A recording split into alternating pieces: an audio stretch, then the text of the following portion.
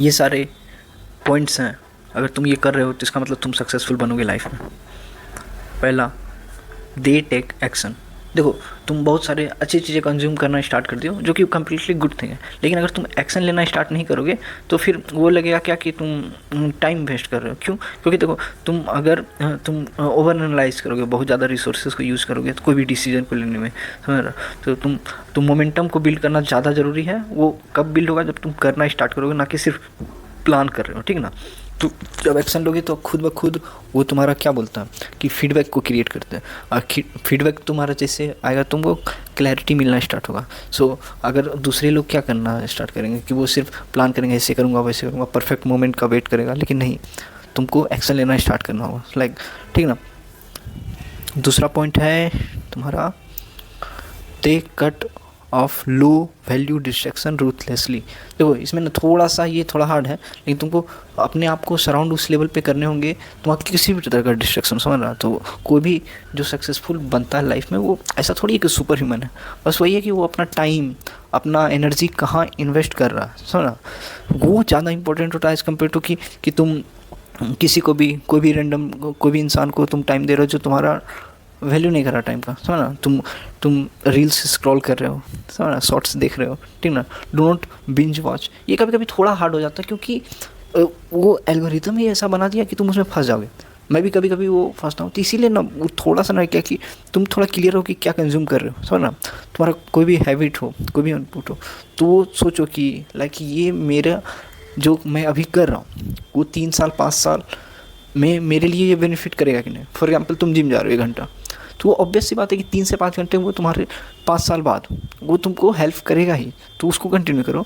अब तुम reels scroll कर रहे हो 1 घंटे 2 घंटे, अगर तुम उससे कंटेंट का सर्च कर रहे हो half an hour research base पे, तो वो कम्प्लीटली नॉर्मल है। कंटेंट क्रिएशन तुम खुद कर रहे हो तो, लेकिन तुम ऐसे रेंडमली देख रहे हो तो वो फिर चीप डोपामिन है और कुछ नहीं है, समझ रहे? They prioritise learning skill not memorising knowledge.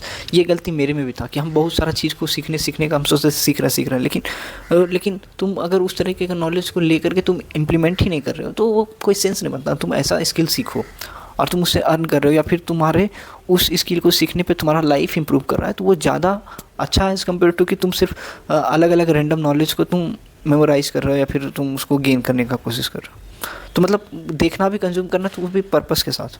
अब चौथा, they build environment that force growth. तो वो तुम्हारा अपने आप का सराउंडिंग, अपने आप जैसे तुम्हारे चारों तरफ के लोग हैं, तो वो सारा तुमको ध्यान रखना होगा कि ऐसा सराउंडिंग बने, ऐसा इन्वायरमेंट बने जो तुमको और ज़्यादा ग्रोथ दिलाए।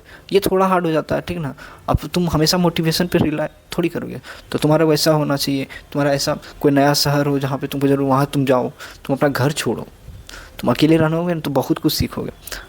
जो घर में रह रहे हो अपने पेरेंट्स के साथ, अब मैं ऐसा नहीं कह रहा हूँ कि ऐसा, लेकिन जब भी अगर चांस मिले, जैसे कॉलेज जब तुम जा रहे हो तो घर से दूर जाओ, ताकि तुम सीखोगे, तुम ना खुद का रूटीन ऐसा सिस्टम करो, कुछ अकाउंटेबिलिटी सिस्टम है, तो कुछ एक दो दोस्त ऐसे अच्छे बनाओ जिसके साथ तुम सब चीज़ शेयर कर पाओ और उनको ऐसा बनाओ, तो वो एक काइंड ऑफ अच्छा वाला इन्वायरमेंट बन जाएगा, ठीक ना?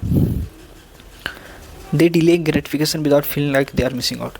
देखो, अगर तुम सोशल मीडिया को देख करके इन्फ्लुएंस हो रहे हो, लाइक कि अरे वो वहाँ घूमने जा रहा, मैं वहाँ घूमने जा रहा, मैं नहीं जा रहा हूँ, देखो, तो ये चीज़ें ना तुमको थोड़ा ना वो ग्रेटिफिकेशन को डिले करना, मतलब क्या हुआ, बेसिक सिंपल बात है कि जब मैं एग्जांपल दूँ, मैं जब बाइक लिया था तो मैं सोचता था क्या कि मैं हर वीक घूमने जाऊँगा, हर week। लेकिन अब उस घूमना अच्छा है, फन वगैरह बहुत मज़ा आता है, ऐसा ट्रैवलिंग करना ही चाहिए, लेकिन उससे भी प्रायोरिटी वाला कुछ काम है कि जैसे मेरा खुद का है और भी चीज़ों में प्रायोरिटी देना, तो उस चीज़ को तुमको रिड्यूस करना होगा। इसलिए नहीं कि सब लोग वीकेंड में घूमने जा रहा है तो मैं भी जाऊंगा, ऐसा नहीं। तुमको है पर्पस कि हाँ, कि मैं अब महीने में 2 बार ही जाऊंगा, अब महीने में मैं 1 बार जाऊंगा, तो वो अब मेरा वो उस तरीके का रिड्यूस, क्योंकि और चीज़ों को प्रायोरिटी देना पड़ता है। तो वो चीज़ें तुम्हारे ध्यान में रहनी चाहिए कि तुम दूसरों के एक्सटर्नल फैक्टर से इन्फ्लुएंस ना हो करके खुद जो तुम्हारा जो प्रायोरिटी उस बेस पे करो। दे चूज़ पर्पस ओवर पॉपुलरिटी। तो इसका बेसिक्स चीज़ है क्या कि देखो क्या होता है समटाइम्स ना, तुम अगर जैसे तुम सोशल मीडिया पर बहुत ज़्यादा एक्टिव रहोगे तो तुम थोड़ा केयर कर लो कितने लोग लाइक्स किए, कितना मेरा स्टोरी देखा, तो तुम्हारा सोचोगे कि पॉपुलर हो जाए ये सर, तो तुमको वो चीज़ ना कि वो कि क्या हमको रिस्पेक्ट कर रहा है, ये कर रहा है, ठीक ना? लेकिन तुमको उस चीज़ों पे ज़्यादा ध्यान नहीं देना चाहिए। तुम उससे फिर तुम ना पीपल प्लीजिंग बन जाओगे, तुम कि दूसरों को अच्छा दिखाने के चक्कर में खुद को ऐसा सबोटाइज करोगे। तो हम ये कहेंगे कि तुम ना पर्पस पे ज़्यादा ध्यान दो, कि ऐसा इवन इफ कि वो थोड़ा, जैसे तुम सच बोलो, इवन इफ कि वो अनपॉपुलर है, दूसरों को बुरा लग रहा है, फिर भी अगर वो सच है तो उस चीज़ को तुम परस्यू करो एज़ कम्पेयर टू कि पॉपुलरिटी के चक्कर में। They take ownership of every area of life. ये चीज़ मैं भी कर रहा हूँ ना, ये कम्प्लीटली चेंज हुआ लाइफ। कोई भी लाइफ में कुछ भी तुम्हारे साथ अभी सही गलत, तुम जिस सिचुएशन में हो, बस उसका ओनरशिप तुम्हारी वजह से ही ऐसा हुआ। तुम भले हाँ एक्सटर्नल फैक्टर्स वो होते हैं कि इस वजह वो वजह, लेकिन उसको ना जब तुम मान लोगे ना कि मेरे वजह से हुआ, तो तुमको ना बहुत ज़्यादा कंट्रोल फील होगा कि नहीं, कि अब जो भी सिचुएशन है, ख़राब सिचुएशन मेरा जैसा भी है, आई कैन चेंज दैट, मैं उसको चेंज कर सकता हूँ। क्यों? क्योंकि मेरे कंट्रोल में है। तो तुम्हारे पास चॉइस होगी कि अब मैं यहाँ से क्या चूज़ करूँ, कैसे करूँ कि मेरा ये सिचुएशन से मैं बाहर निकलूँ। तो तुम्हारे पास वो कंट्रोल आ जाएगा। They reinvent themselves every few years. वो बोलते हैं क्या कि री इन्वेंट देमसेल्फ मतलब अपने आप को हमेशा, जैसे 1% बेहतर बनाया तो पूरे साल भर में तुम पिछले साल से बहुत ज़्यादा बेहतर बन जाओगे। सो ना, तो मेरा भी ये, हम क्वार्टरली बेस पे हम अपने आप को एनालाइज करते हैं कि हम पहले से बेहतर बने हैं कि नहीं। तो ये ना बहुत अच्छा होता है कि जैसे इवन इफ इसमें ना वो एक वर्जनिंग वाला मैं kind of gamification life follow करता हूँ। मैं उस पर डेडिकेटेड वीडियो बनाऊँगा कि मैं कैसे उसको करता हूँ, व्हाट इज़ लाइक वर्जन वाला थिंग, ठीक ना, उसमें मैं एक्सप्लेन करूँगा। They embrace pain as a part of process. देखो ना, कुछ चीज़ें ना सक्सेस तुम अट्रैक्ट करने के लिए तुमको कुछ चीज़ें सेक्रीफाइस करनी।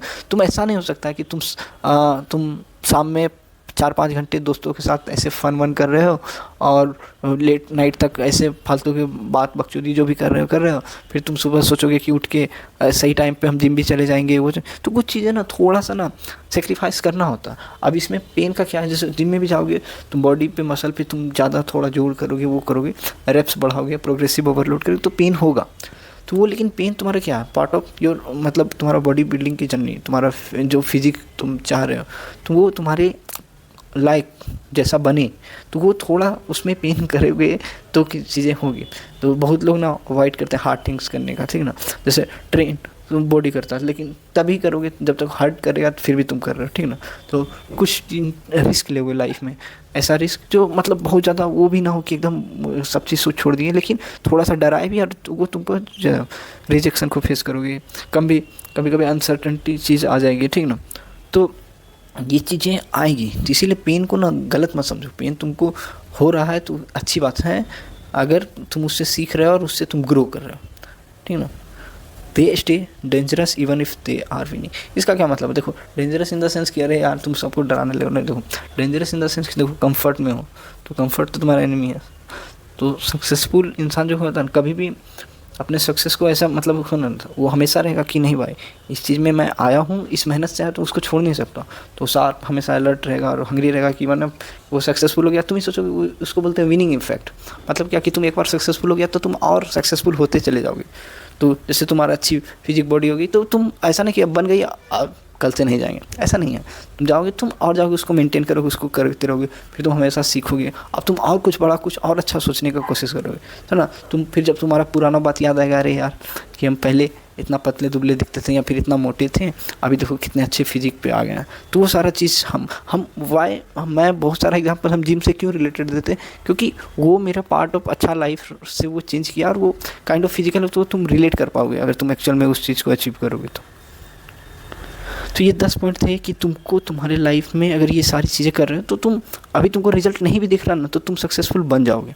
और सक्सेसफुल बनने के लिए तुमको जाना नहीं पड़ेगा, तुम खुद सक्सेस है ना, वो तुम खुद अट्रैक्ट करोगे। कैसे? जब तुम ये सारे एक्शंस, ये सारी चीज़ें तुम करोगे, अपने आप तुम खुद अट्रैक्ट करोगे। तुमको कहीं वो डेस्टिनेशन नहीं है, तुम जैसा बन जाओगे अपने आप अट्रैक्ट करोगे। चलो ठीक है, बाय।